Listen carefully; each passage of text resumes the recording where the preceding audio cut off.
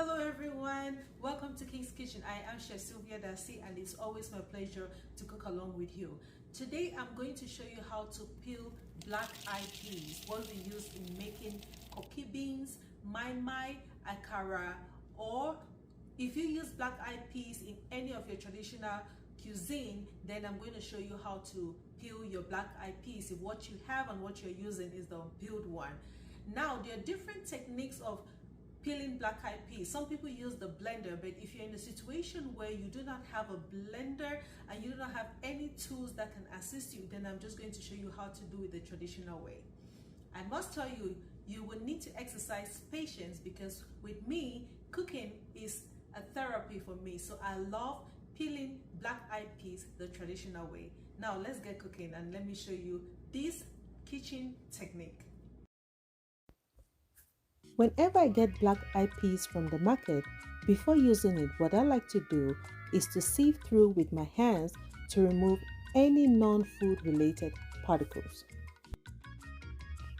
Next, I'll add about a quarter of a cup of water and then mix the beans to make sure that the surface of the beans is completely coated with the water. What I will not do is to soak this overnight or leave it to soak in water for a long time.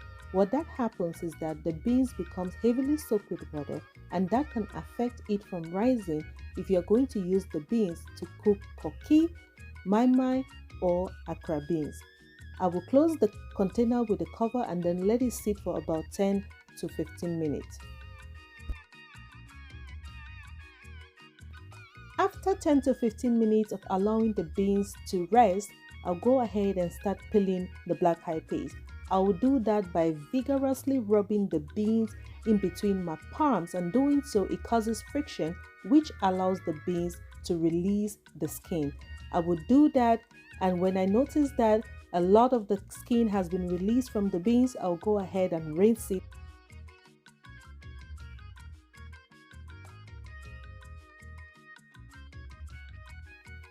I then transferred the bowl into the sink so that I can rinse the beans and sieve out the peel skin. So as you can see in the sieve, you're still going to have some whole beans with still the skin attached to it, but that is very fine because I'm going to repeat the process. So as you can see, most of the bean skin has been removed, but there's still so much work to be done. So I'll repeat the process again by rubbing the beans between my palms so a lot of it can release the skin.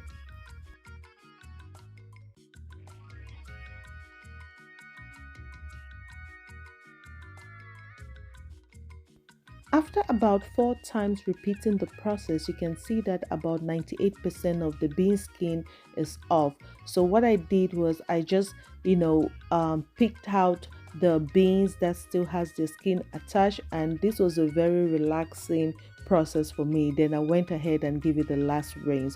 So you can see that most of the beans, I would say about 100% of the bean skin is now off, and I will go ahead and rinse it out and prepare the beans for cooking my Accra beans or Koki beans, or if you have any African traditional dish that uses black-eyed peas, go ahead and prepare it.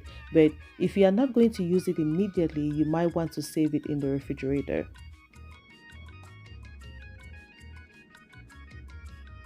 If you're wondering what I used the beans to make, I used it to make Accra beans, and I have dropped the link for the recipe in the description box. Go ahead and recreate it and send us a picture so that we can see how it turned out. Welcome back. I'm so excited that you've learned how to peel your black-eyed peas. If you want to see some of the recipes that I've used black-eyed peas, you can check on my blog where you'll see my Akara recipe. It is delicious. Go ahead and replicate that recipe, recreate it, and let me know how it turned out. It is always my pleasure to cook here with you in King's Kitchen. Do not forget to subscribe to my channel if this is your first time on my channel, and follow me on social media, Instagram, Facebook, and Pinterest. Until next time, you have a good day and bye-bye.